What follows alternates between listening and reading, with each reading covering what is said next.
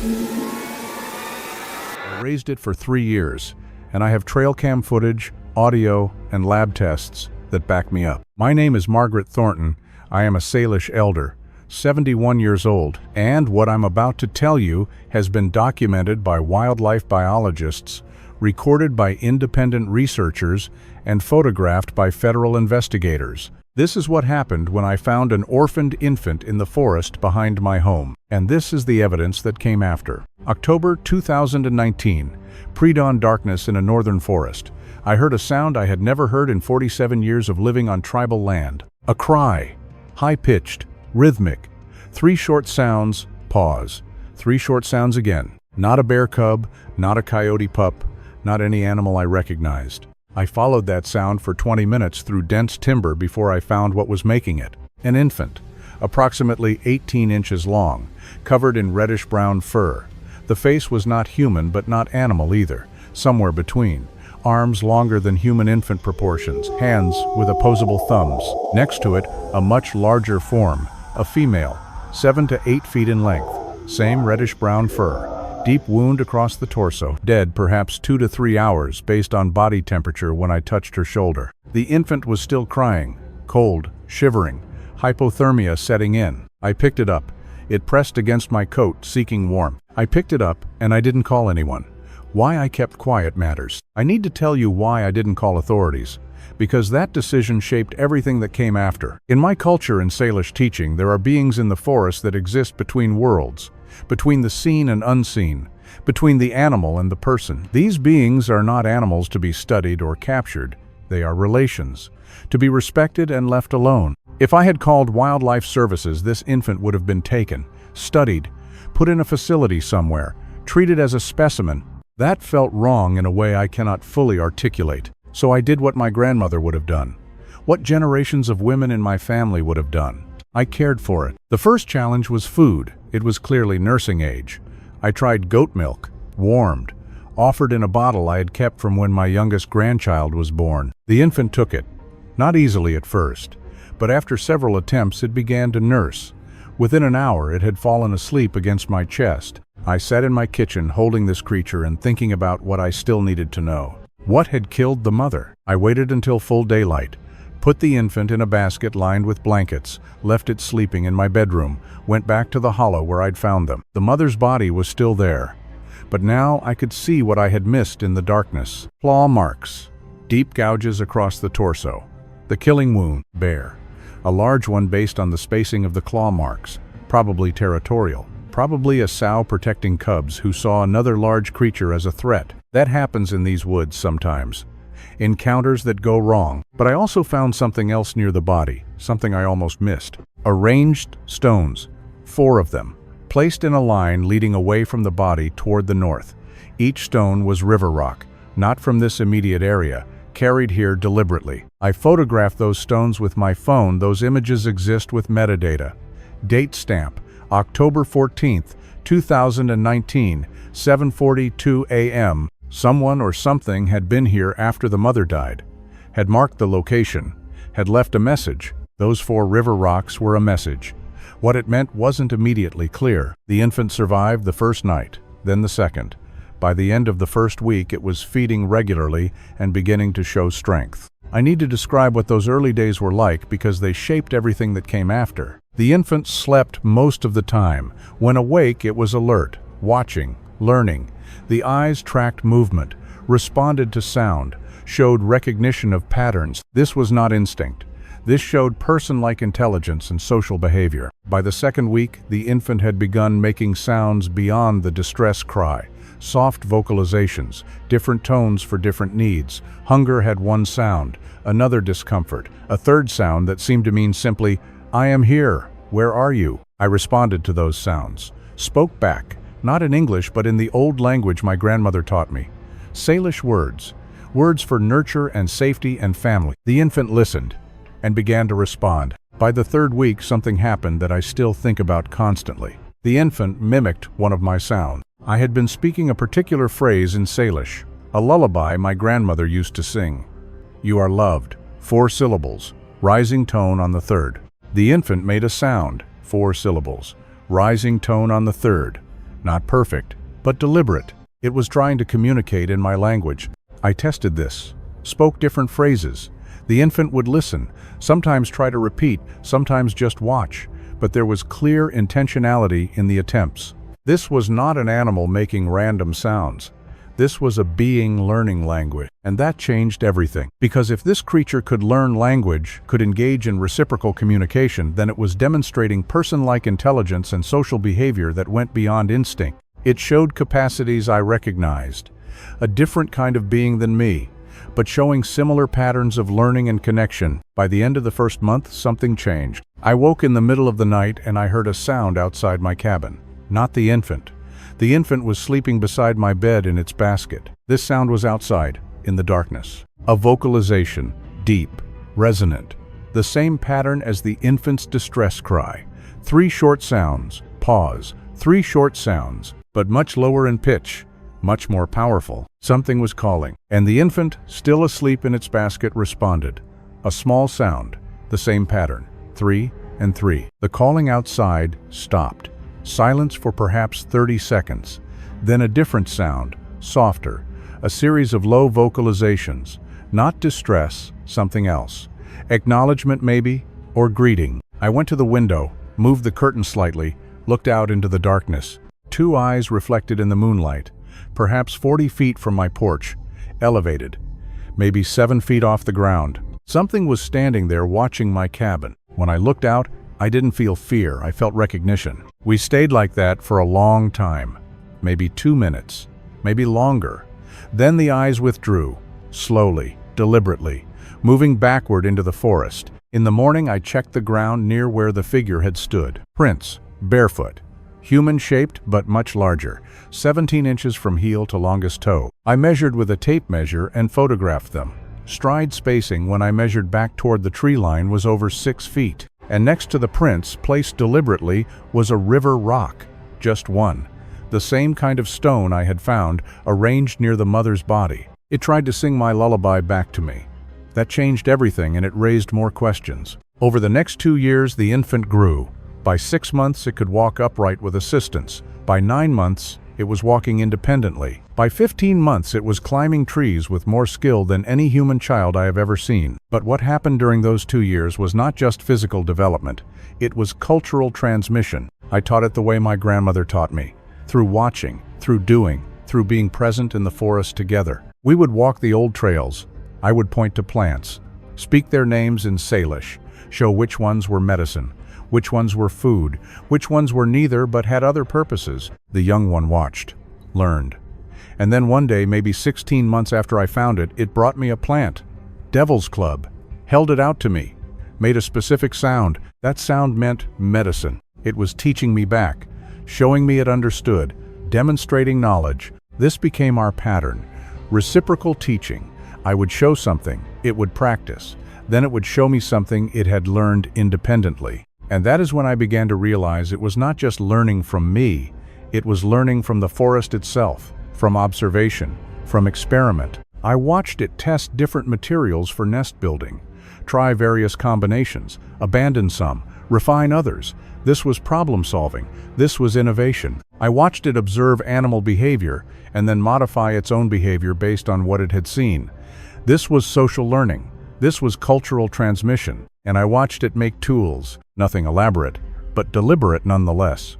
Stripping bark from branches to make the wood easier to grip, placing flat stones in specific locations to use as platforms or as percussion tools to crack nuts. This was technology. By age 2, the young one was spending more time outside the cabin than inside, would leave in the morning, return in the evening, sometimes come back with food it had gathered. Once it brought me salmon from the creek, not caught with its hands, but trapped in a small weir it had constructed from branches. It was becoming self-sufficient, but it stayed. It returned every evening, slept in the shelter I had built near my cabin, a 3-sided structure that allowed it protection but also freedom to leave any time. And the nighttime visits continued. Every 2 or 3 weeks I would hear that deep calling in the darkness. The young one would respond. Sometimes it would leave the shelter and go out into the forest, stay gone for maybe an hour, then return. I never followed. That felt like a boundary I should not cross. Whatever was happening during those nighttime meetings, that was between the young one and its own people. In the second year, something changed. Something that made me understand this arrangement could not continue indefinitely. The young one began to grow aggressive during certain times. Not toward me, never toward me, but toward other things. It would strike trees, break branches, make loud vocalizations that carried for miles. I recognized what this was. Adolescence, the beginning of maturity. The young one was approximately 4 feet tall by this time, perhaps 60 to 70 pounds, strong, capable, and entering a developmental phase that I was not equipped to guide it through. One morning I woke and the young one was not in its shelter. This had happened before, but this time it did not return in the evening, or the next morning, or the next evening. 5 days passed. On the 5th morning I went to the shelter. Inside I found something arranged carefully. Small bones cleaned and placed in a pattern, feathers woven together, and in the center a river rock. It left a message in my shelter. I couldn't read it then, but later the pieces fit. The young one had left, returned to its own people, integrated into whatever group existed in these forests. I had been a bridge, a temporary relation who helped it cross from helpless infant to capable young being. And now that bridge was no longer needed. 6 months after the young one left, something unexpected happened. A wildlife biologist named Dr. James Kowalski contacted me. He was conducting a study on black bear populations in the region. As part of his research, he had deployed trail cameras in sections of forest that rarely received human traffic. One of those cameras was approximately 2 miles from my property. A regional wildlife biologist logged a trail cam file, and what it showed made him drive to my door. Dr. Kowalski came to my door because he wanted to ask me about something the camera had captured, something he could not identify. He showed me the footage on his laptop. The camera was a Bushnell Trophy Cam HD, infrared night vision. The timestamp read, April 3rd, 2022, 11:47 p.m. The footage showed a figure passing through the frame, bipedal, approximately 5 feet tall, moving with a gait that Dr. Kowalski said was inconsistent with human locomotion but also inconsistent with bear or any other known species in the region. The figure paused in frame for approximately 4 seconds, turned toward the camera, and in that brief moment, I saw something I recognized. The young one, taller now, more filled out, but the same posture, the same movement pattern, the same proportions I had watched develop over 2 years. I did not tell Dr. Kowalski who or what the figure was. I simply thanked him for showing me and asked what he planned to do with the footage. He said, and I'm quoting him, "I'm documenting it, keeping it in my files. But I'm not planning to publish it because I cannot identify the species, and publishing unidentified species footage without peer review would damage my credibility in the field." That restraint, that choice to document but not broadcast, felt right to me. Dr. Kowalski gave me a copy of the footage. File name BC Trail Cam 04 Site 7 Night 047 MP4. I have that file on a thumb drive in my desk drawer. Then a wildlife biologist showed me footage that made the hairs on my neck stand up. 2 months after Dr. Kowalski's visit, a forestry crew working on fire prevention found something unusual in the national forest. A structure, built from branches and bark, approximately 8 feet in diameter, dome-shaped, clearly constructed, clearly used as shelter. The crew documented it. I took photographs, and then, following protocol, reported it to the Forest Service. A Forest Service investigator came to interview longtime residents in the area. She came to me because I am known as someone who knows the land, who has been here longer than most. She showed me photographs of the structure. Date of discovery, June 12, 2022. Location coordinates were redacted on the photos she showed me for resource protection reasons, but she indicated it was within federal wilderness boundaries. I recognized the construction technique. The way branches were woven, the way bark was stripped to make materials more pliable. The same methods I had watched the young one practice and refine over 2 years. Again, I did not explain what I knew, but I told her something true. I said these forests hold things we do not fully understand, that there are builders here we do not see. That maybe the best approach is to document and respect rather than disturb. She nodded, made notes, said she would include my statement in her report. The structure remained undisturbed, She told me later it was classified as structure of unknown origin, indigenous construction methods suspected. And then, 8 months after the young one left, came the audio recordings. A hiker named Daniel Ortega was on the old trail system in late summer 2022, the same trails I walk regularly. He heard sounds in the forest, vocalizations he described as unlike anything he had heard before. Deep tones, rhythmic patterns, coming from multiple directions. He began recording on his phone. The recording was 11 minutes and 43 seconds long. Daniel posted the audio to a wilderness research forum. It was analyzed by several independent audio specialists. One of those specialists was Dr. Lynn Morrison, an acoustician who had previously worked on primate vocalization studies in Central Africa. She wrote in her analysis, and I have a copy of this quote, "The audio contains structured vocalizations with tonal patterns inconsistent with known North American wildlife. The rhythm is too regular, the pitch variations too controlled to be random animal sounds. This represents either sophisticated mimicry or a communication system." I listened to that audio. Daniel sent me a copy after I reached out to him through the forum, and I recognized not just the pattern but the specific tone variations, the way certain syllables were emphasized, the cadence. These were vocalizations I had heard from the young one during its time with me, but more developed, more complex, integrated into what was clearly a communication system used by multiple individuals. The young one had not just returned to its people, it had learned their language, had become fluent in a way it could not have become if it had stayed with me. And embedded in those vocalizations, barely perceptible but there if you knew what to listen for, were rhythms from the Salish lullaby I had sung during those first months. Katie Snay, you are love. Cultural exchange, across species, across worlds. An acoustician listened to the recording and said this wasn't anything she knew. Why that matters next. But the most compelling evidence came from an unexpected source. A laboratory analysis. Let me explain how that happened. During the first year I raised the young one, I collected hair samples. Not deliberately at first, but the young one shed the way any mammal sheds. I found loose hair in its bedding, in the shelter. On blankets, I kept some of those samples, stored them in sealed plastic bags, labeled with dates, date-stamped, sealed bags, later delivered to the lab with accompanying documentation. I did not know what I would do with them, but something told me they might matter someday. In late 2022, I contacted a private wildlife forensics laboratory. I will not name the laboratory because they requested confidentiality, but I can tell you they specialize in species identification for conservation purposes. I submitted 3 samples, labeled only as Sample ABC Unknown Mammal Pacific Northwest Origin. I provided no other context. The laboratory performed mitochondrial DNA analysis, standard procedure for species identification. The results came back 6 weeks later. The report, which I have a copy of, stated, samples exhibit primate-associated genetic markers.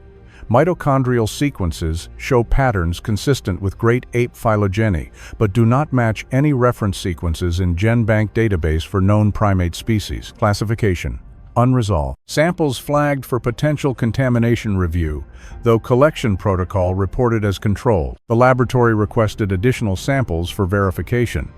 I declined.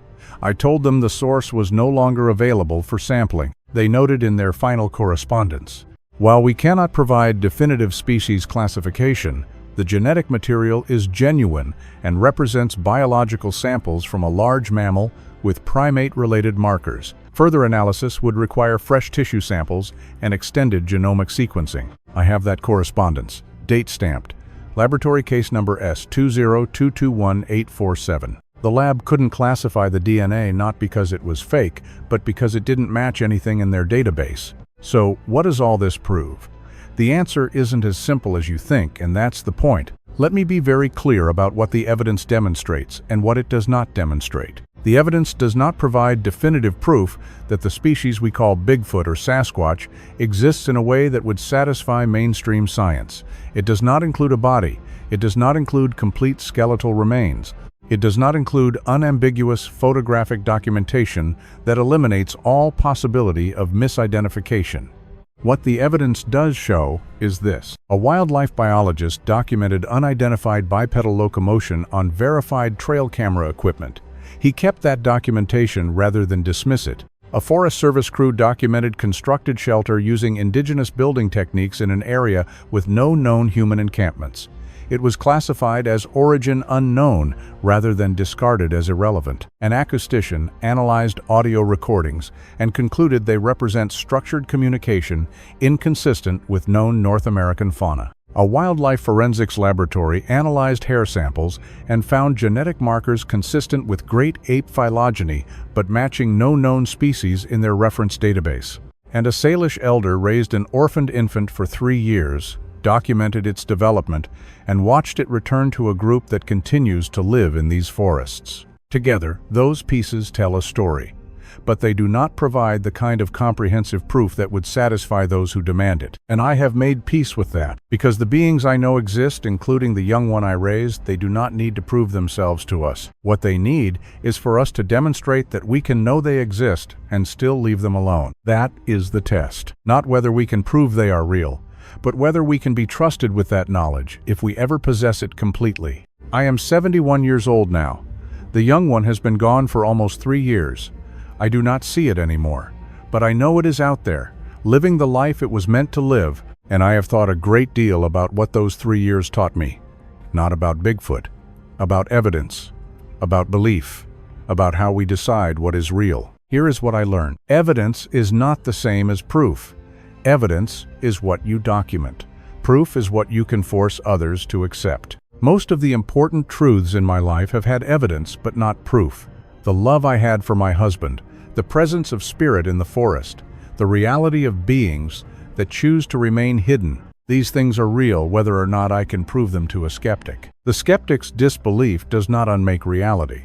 It just means they have not yet had the experiences that would allow them to perceive what is already there. The second thing I learned is that some questions are more important than their answers. For 3 years I asked myself, what am I supposed to do with this creature? The answer kept changing. Nurse it, teach it, protect it, release it. But the question itself, that ongoing wrestling with responsibility that shaped me more than any single answer did. And the third thing I learned is that coexistence is possible, but only if we approach it with humility rather than dominance. The young one and I shared space for 3 years. We communicated, we taught each other, we became relations, not because I conquered it or controlled it, but because I respected it as a being with its own intelligence, its own culture, its own right to exist on its own term, different, but showing similar capacities for learning, connection, and adaptation. That is the model. That is what we need if we are going to share this world with beings we do not fully understand. Not capture, not study for the sake of proving, not force into visibility. Respect, reciprocity, and the willingness to let some things remain on their own terms. That is what the evidence teaches. Not that these beings exist, though they do, but that existence does not require our validation. And maybe, just maybe, our role is not to prove they are real. Our role is to protect their right to remain hidden. The forest behind my cabin is quiet tonight. No vocalizations, no movement in the shadows, but the river rocks still appear sometimes. On my porch, near my woodpile, always just one, always placed deliberately. Messages that say, I remember, I am still here. Thank you. I do not know how long these beings will survive. Their numbers seem small, their habitat is shrinking, the forces that threaten them are large and indifferent. But I know this, the young one survived, learned, became strong, returned to its people. And whatever time they have left, they will have it because some of us chose documentation over spectacle, respect over revelation, protection over proof. That is my evidence, not just the trail camera footage or the audio recordings or the laboratory analysis. My evidence is the choice I made. To raise a being with care, to let it go with gratitude, to protect its privacy with silence even while sharing its story. And if you are asking yourself whether you believe me, whether this account is true, I would ask you to consider something else. What would be enough? What kind of proof would satisfy you? And what would that proof cost the beings you claim to want to understand? Those are the questions worth answering. The young one taught me that. In 3 years of watching it, learn and grow and finally choose freedom over safety, the most important things cannot be possessed. They can only be witnessed and honored and allowed to remain wild.